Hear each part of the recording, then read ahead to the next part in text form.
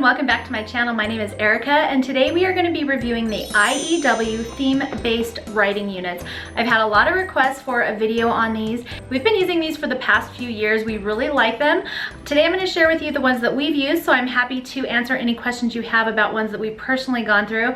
I have found that they're all very similar in layout and in style. Just the themes vary, really, is what it comes down to. If you have not done the IEW student writing intensive units, I highly suggest you do those before you do any of their theme-based units. Those lay out kind of their structure and style and how they teach writing, and I think it's really beneficial to go through one of those before you start on the theme-based units. They have 3 different levels of the student writing intensive units based on your kids' age. They have level A, B, and C. They also have continuations to those levels so that if you're not quite ready to move on to a theme-based unit and you need a little bit more practice with the basic structure and style of writing, you can move on to those. I highly suggest starting with those. Like I mentioned, we started with level A with our kids, and then we did the level A continuation program, and then we've moved on to their theme-based writing units. So that's just kind of how we did it. You can look on their website. They have a decision tree pathway that kind of help you walk through the steps to figure out what is going to be the best unit for your student, for their level of writing skills, for their age and that kind of thing. And I will put a link in the description box below here where you can get to their website and navigate through all of that. But for now, let's go ahead and get started on the units that I have to share with you today.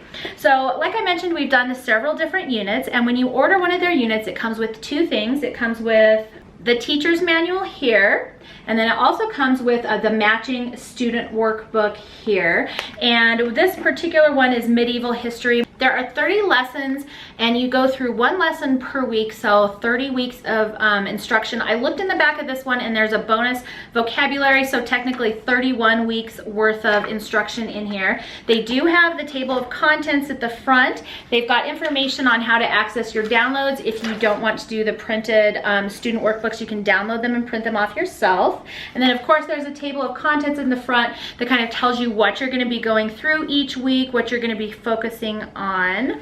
Each one also kind of gives you the layout of the teacher's manual, tells you how to work through the lessons, and it also gives you a sample schedule in here. It gives you an outline of what you're going to be doing each week. Now, these aren't listed by grades, and so some people do get confused on that, but if you look on their website, whenever you see a product, you'll see a little grade tag next to it, and it'll tell you what grades it's appropriate for. So this one was appropriate for grades 6 through 8. A lot of them will say 3 to 5, 6 to 8, or 9 to 12. That means you can use these units anywhere in that time frame. So it's not like you're going to find level 1, level 2, level 3 associated with grades or anything like that. These are kind of, you can kind of pick and choose what level you want to do each year. So when we were doing ancient history, we did their ancient history theme-based writing. Last year my kids did Narnia, and so we've just kind of picked ones that go along with other curriculum that we're using for the year and fit within their grade level. So I think that makes these really flexible units. Let's go ahead and I'll show you kind of what the inside of the teacher's manual looks like. Now again, this is for grades 3 to 5, so this is going to be a little bit easier, but they kind of give you a sample of the text. Here's what your student worksheet's going to look like, and then here's the teacher's, basically the answer key is kind of what your manual is. They also have instructions here on what to teach your child at the beginning of the week, and how we do it is we go through this on Monday together. We teach through whatever is on here, and then each day they have an assignment that correlates with that. Of course, they're welcome to ask me questions throughout the week, but it's a little more independent on their part once we've gone through the teaching for the week at the beginning of the week. And then like I said, here's your sample text over here. Your student will have a worksheet that looks just like this, only it will be blank, and you'll be helping them go through and making a keyword outline from the story that they're reading that week. And I'll go ahead and show you what the student textbook looks like for this page as well. Okay, so the one on my left here is my teacher's manual. This is my student manual. So as you can see here, they have the same exact story. On the back page, you can see that they've got a page full of blanks with questions. That's for, not questions, that's for their outline. And then we, of course, have the answer key in our teacher's manual here. And these are actually suggestions. You'll see when you do their writing style, when you make a keyword outline from a story, you actually want to help your kiddos pick out the most memorable or most important facts from the sentences as they're going through them and write them down over here. I actually go through that with her. We'll pick out words together. If she picks out one like and or but or if it's not you know, kind of more important word, I'll say, you know, hey, that's kind of like a common word. Let's pick out something out of this sentence that's a little bit more important in that story. And so I use this as my guide, but I don't necessarily make her use these exact same words, if that makes sense. But basically, whatever's in their student workbook is the same exact worksheet that you'll have in your teacher's manual. It's just you have the answers, of course, and they have the blanks. Then the next day, you're going to be going through this information with them. This one is talking about styles, new dress-up words, any banned words they might have. For this week, it looks like they are not allowed to use the word good or bad. They have to think of something instead. So for the Vikings example here, instead of saying he was a good ruler, they're saying he was a noble ruler. And this isn't, they do have word list suggestions for your kiddos. If you've done the student writing intensive, also they have a bunch of, you know, substitutions for words like good and bad. And see and saw and went and go that they can choose from. And so that really helps them to like get in the mindset of using more interesting words in their stories. But you'll go through this worksheet with them the next day. They also have a follow-up to that where you're going through structure practice. You're practicing helping them write their topic and clincher sentences. And again, this is their worksheet, so they've kind of got blanks in here, but you have sample sentences that you can kind of help them come up with good topic sentences, good titles and things like that. And then on the last page here, it looks like they've got some vocabulary practice, and it has them refer to the words that they've learned this week for their vocab and in previous lessons, and it tells them what lesson they're from. And then they can just flip through these cards, their vocab cards. I like to have them keep their vocab cards in a little recipe index card on their index box on their desk. That way they can flip through them if they're in need of a more exciting verb or adjective or something like that. They can use their vocab words. And then periodically through the lessons, they'll guide them that it's time to do a vocabulary test. It's nothing stressful or anything like that. It just helps them go through and recall their vocabulary words. So because it's included in this, it's also included in Fix-It Grammar, which we use. I don't do any other vocabulary supplements. I only use the IEW Writing and the IEW English Grammar. And then at the end of each one, they have to turn in their writing assignment. So essentially what they're doing is they're taking a piece of source text, which I showed you at the very beginning. They're going through and brainstorming ways to rewrite that text, make it more interesting, use more engaging words. And then at the end, they always have this rubric that they can, it's called their checklist, and they go through and they check to make sure that all of these things are included in their story. I really, really love this checklist because it helps me grade their writing. It's kind of difficult to grade writing when you need to explain to your student how to make it better. It can be really difficult to do that, and this is one of my favorite things about this program. They really walk them through step by step of different things that they need to add, how to make their stories more interesting, and then here's a checklist. Did you do this? Did you do this? Make sure you have all of these things. And it's kind of funny because even when my kids are writing stories or documents that don't have anything to do with this, they're still in their brains using these, and a lot of times I'll get writing assignments handed in with things underlined, showing that they did these even if they didn't need to. And so they're definitely translating this into their other writing. So I really like that. And so it just makes it really easy for them to make sure that they've done everything they're required to do.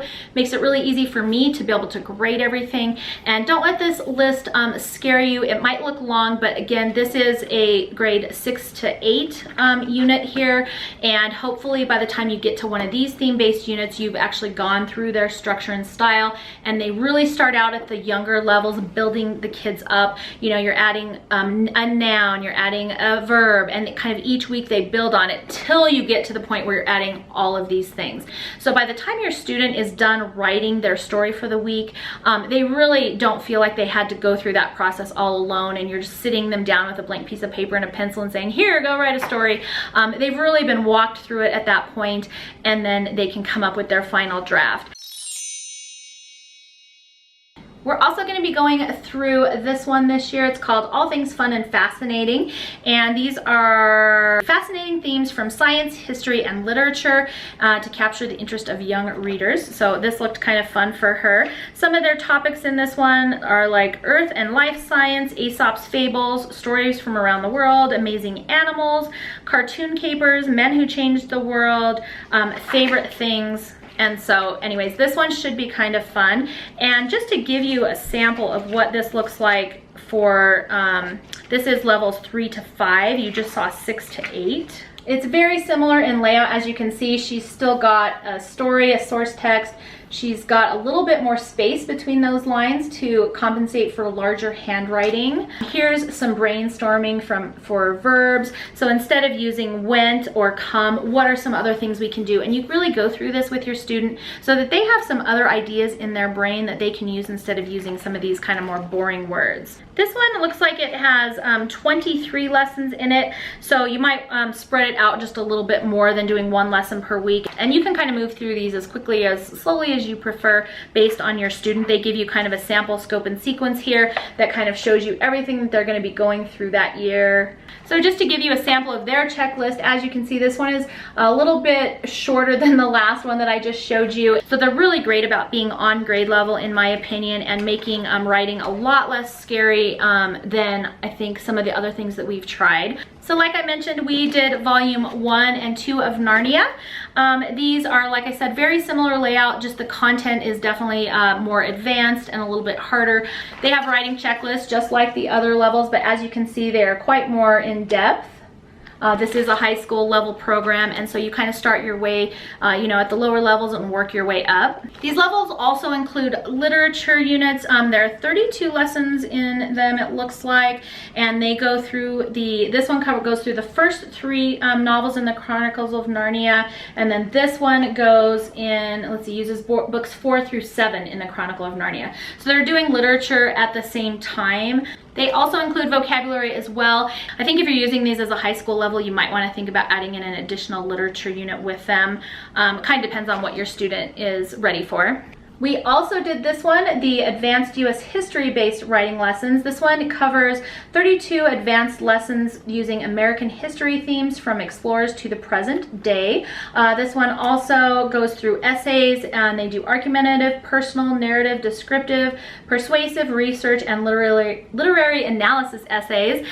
For the literature books, they go through Uncle Tom's Cabin, To Kill a Mockingbird, and The Old Man and the Sea. But again, and they even suggested on this one, if you're using this for a high schooler, they do suggest using a separate literature program.